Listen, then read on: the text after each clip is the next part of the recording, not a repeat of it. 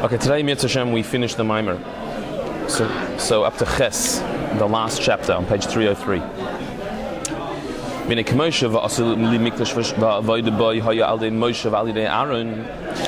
Just like in times of old, the idea of creating a sanctuary was through Moshe and Aaron, the two brothers who actually did it and did the work in it. As we've been discussing, that our avodah today is also to create a sanctuary, a place of holiness in this world. And because the world is crazy in its immorality, so we have to be crazy in our holiness and create a sanctuary for Hashem. Because the sanctuary is made out of atzei shittim, of wood that was acacia wood. Shittim comes from the word shtus, which means foolishness, craziness. So we have to be crazy in our holiness to create a sanctuary for Hashem in this world. Now, when the sanctuary was built back then, it was built by Moshe Rabbeinu, and Aaron was the kohen who worked in it. So if that's true about back then, so in our avodah also we must need Moshe and Aaron. We must need them as well. So how does it work? In our sanctuary that we create, how do we have Moshe and Aaron? So what did Aaron do? The main definition of Aaron's avodah, what Aaron contributed to the sanctuary, was that he lit the candles of the menorah. Every morning and evening, they lit the candles, the menorah, in the temple. And that was the job of Aaron. What does that mean?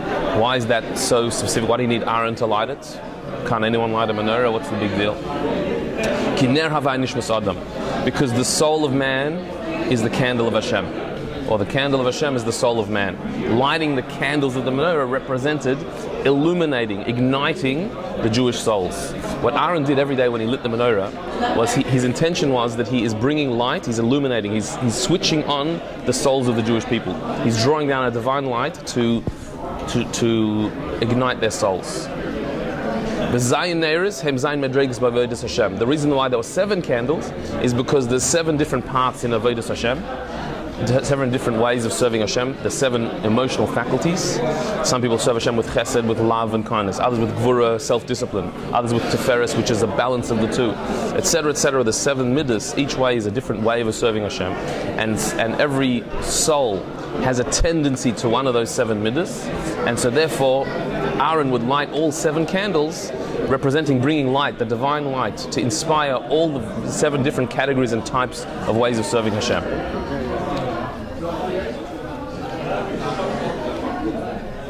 So, and how did Aaron do this? Ve'inyan Aaron who oyevas abriyas u'mekarvan l'Torah. So in the Mishnah it says that Aaron was the person who loved all creatures and brought them close to Torah. He loved every creature and brought everyone close to Torah. That was his method. That was his way of inspiring people, was through love.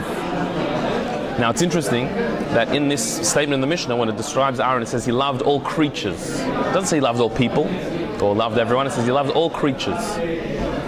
So the Alter Rebbe points out, why use that phrase, creatures? What does that imply, creatures? So he explains, the gamar chokim Torah savaya vavidosai. Even somebody who was really distant from serving Hashem, from Torah, somebody who had no connection whatsoever to actual service of Hashem. Therefore, all you can call them is a creature. They're a creature of Hashem. The only relationship they have with Hashem is that Hashem created them. There's nothing else you can say about them. You can't say somebody who's close to Hashem, somebody who's on a level. Simply somebody who's created by Hashem. That's all. That's all you can describe them as. Even such a person, Aaron loved. Aaron loved and brought them close to Torah. That's why the Mishnah says that he loved all creatures, meaning even someone who the best thing you can say about them is that they're created by God. They have nothing else going for them. Even such a person he loved and he brought them close to Torah. The only attribute you can describe about them is that they're created by Hashem. Aaron was able to even take such a person who was so distant and lowly and disconnected and inspire them, bring them up, give them a love for Hashem. And not just a love for Hashem, but Ava Rabbah, but an awesome love for Hashem. In the various different levels of love for Hashem, There's one called Ava Rabba, which means an awesome, overwhelming love. Dezel kol sehefresh ben Ava d'Avram v'Ava d'Aaron. She'Ava d'Aaron hu Ava Rabba. That's the difference between, Avram Avinu was also known as the one who loved Hashem. He had a strong connection to chesed, to love. And Aaron also is connected to love. What's the difference between them? That Aaron's love is called Ava Rabba, an awesome, overwhelming love. Avram Avinu was able to inspire many people to serve Hashem. But Aaron was able to take somebody who had no connection whatsoever, who wasn't interested at all, and inspire them to love Hashem. That was an unbelievable thing. Avram Avinu had many followers, but Aaron could take the entire nation, no matter who they were, and bring them to be inspired to love Hashem. So his love was called Ava Rabba, an unlimited one. So it was through Moshe and Aaron, these two tzaddikim, that the divine revelation came down into the Mishkan. The Mishkan became a sanctuary. And we know that Moshe and Aaron considered equal. We mention them together always because they're actually on an equal level. Even though obviously Moshe reached a high level of prophecy, but Aaron was his equal, had a soul just as powerful as Moshe Rabbeinu. The same applies to every generation. This is not just once upon a time that we had an Aaron figure who brought down inspiration to every single soul, no matter where they are, and he did it through love. That happens every single generation. Why? Because this Pashtusa de Moshe b'chol davar dara. The Zohar says there's an extension of Moshe Rabbeinu in every generation. Just like there was this Moshe and Aaron team that brought this inspiration into the world, every generation has that as well. So ubefrat hanasiim shekol inyanayim hem b'Torah hem b'mitzvos hem b'hanhagas Yisrael hem b'avos Yisrael v'avos Torah v'avos Avaya. And specifically where you see this extension of Moshe Rabbeinu in every generation is by the Rebbeim, by the Nasiim, the leaders of the generation. That a Rebbe, what was a Rebbe? A Rebbe, whether it was in the way they taught Torah, or in the way they did mitzvahs, or in the way they led the Jewish people, it was always done with love. A Rebbe, the leadership of a Rebbe is leadership that's done with love. A Rebbe doesn't have power because they're intimidating.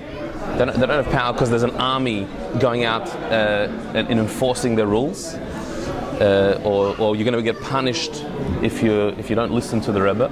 So why did people listen to a Rebbe? What was the connection to the Rebbe? It was love. That there was a certain love that people had towards the Rebbe, and there was a love that the Rebbe displayed to his Hasidim. So the whole connection, the whole relationship was one based on love. And specifically, there's three types of love. There's love of Israel, of the Jewish people.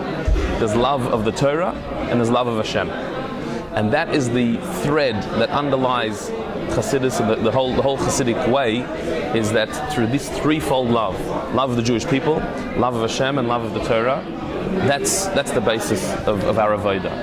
And that was the basis of the leadership of the Rebbeim. So just like Aaron led through love and inspired through love, that's what a Rebbe is, to love and to inspire love. Now, third last line on the page. And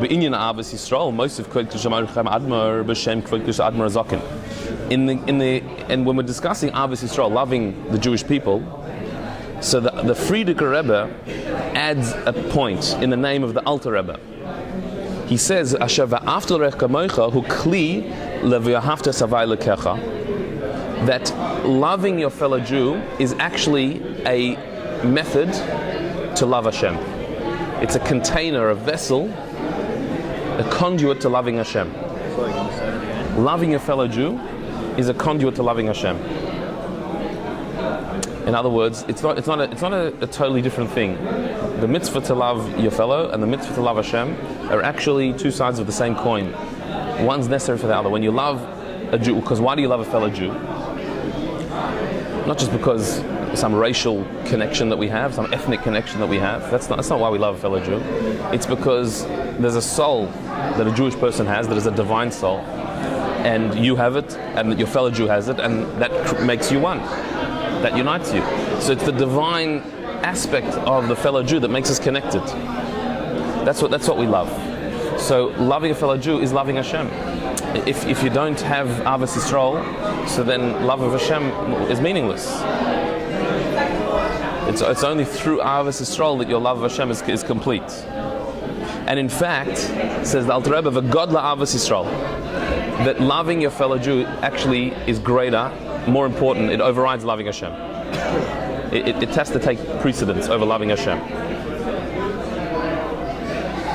because it's a greater thing. It's a greater expression of loving Hashem. It's not because loving Hashem is not important. It's because loving Hashem is so important that by loving your fellow Jew, that's an expression of loving Hashem. If you love Hashem, that doesn't prove you love your fellow Jew. But if you love your fellow Jew, then you do love Hashem. It encompasses it. Right? You can have somebody who loves Hashem, is very religious, so to speak. But when it comes to their interpersonal relationship, they don't have sensitivity to the other. So there's a lack in the love of Hashem then. It's not a complete loving Hashem.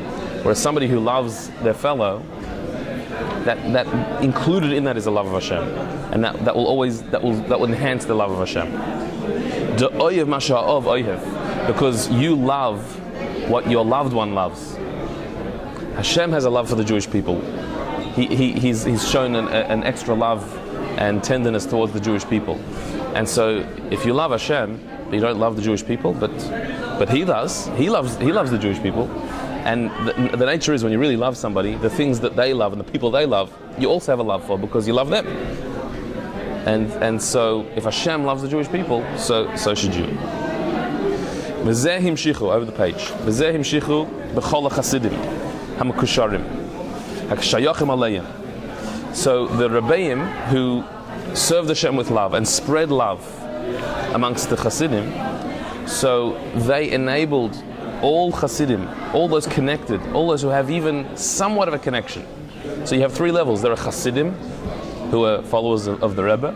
There are Mukusharim, people who are connected to the Rebbe. There's Shayachim, people who have some association with the Rebbe. So no matter what level of connection you have, if you have somewhat of a connection to the Rebbe, so the Rebbe gives over that love. Through his love, it spills over to those who are connected. Those people who hold on to the Rebbe, who hold on to the Rebbe's teachings, who learn them and connect to them and are inspired by them. Everyone according to their situation. There are some people who dedicate their entire lives to fulfilling the Rebbe's directives and bringing out the Rebbe's vision into reality. There are others who have a connection to the Rebbe. They admire the Rebbe, they study his things. And there are some people who are connected to people who are connected to the Rebbe. But the job of a Rebbe is to connect and to inspire the entire generation. Whether you're directly connected to him or indirectly connected to him, that's the leader, that's the Aaron and the Moshe of the generation. Haravan darf min alein. But the Rebbe says, the work you have to do on your own. The Rebbe is not going to do the work for you. The Rebbe is there to inspire, to direct, to give the vision, to provide the energy, but the work you have to do yourself. And the Rebbe, remember, this is said on Yud Shvat, this Maamar. Yud Shvat is the day that the previous Rebbe passed away, and then a year later the Rebbe took on the leadership. And so every year when he said a Maamar, it would be a bit of a State of the Union address, it would be talking about his vision and his leadership, and he's referring to his own leadership here, and he's saying that a Rebbe's job is to give that love, give that inspiration, to connect every soul, to elevate, to light the candle. But the work you have to do yourself. The Rebbe can't do it for you. You can't just rest on your laurels and say, well, the Rebbe's inspiration will be my inspiration. You have to work, you have to learn, you have to work on yourself, you have to open yourself up to that inspiration. If you're not inspired, it's not the Rebbe's fault, that's your fault. You got to get it going. Create a sanctuary. Yeah. That's the sanctuary in life, by being inspired and connected and doing the mitzvahs, learning. So the work you have to do on your own. But because we need encouragement, we need help, we need elevation, and specifically if you can get inspiration from a soul that you're connected to, that you're a spark of, which is what a Rebbe has a soul that encompasses all souls of the generation. So if you can get an inspiration from that soul, and that's what's brought down through the Rebbe, that inspiration. That you can build your sanctuary, made out of this acacia wood, which was the shtus, the craziness, the crazy holiness. By being crazy in a holy way, that combats the craziness of unholiness that there is in the world. And then the divine presence rests in your work, in your actions, in your avodah. And the pleasantness of Hashem will be on you. The presence of Hashem, the revelation of Hashem, and the word, the actions of your hands, the work that you do, the mitzvahs that you do, the avodah that you do, will be effective, will be successful. Until finally we actually bring Mashiach. It should happen very soon in our days. Amen. Yeah. The last point was that the work you need to do on your own. Meaning, avodas Hashem is something that is a personal thing, that is an individual thing, and that it's up to you. No one's going to do it for you. The Rebbe's job is not to do it for you, but the Rebbe's job is that because he is a soul that is an inclusive soul. So therefore, our souls are like details, and his soul is like the big picture. So you have your little corner of the world that you have to work on. The Rebbe is responsible for the entire world as a leader, as a Moshe Rabbeinu. But you are responsible for your bit. And if you're connected to the Rebbe, so then he can direct you where your corner is, what your thing is, and inspire you to do it. And it'll be successful. But you have to do it. You have to do the work. The Rebbe is just there to give you the kickstart.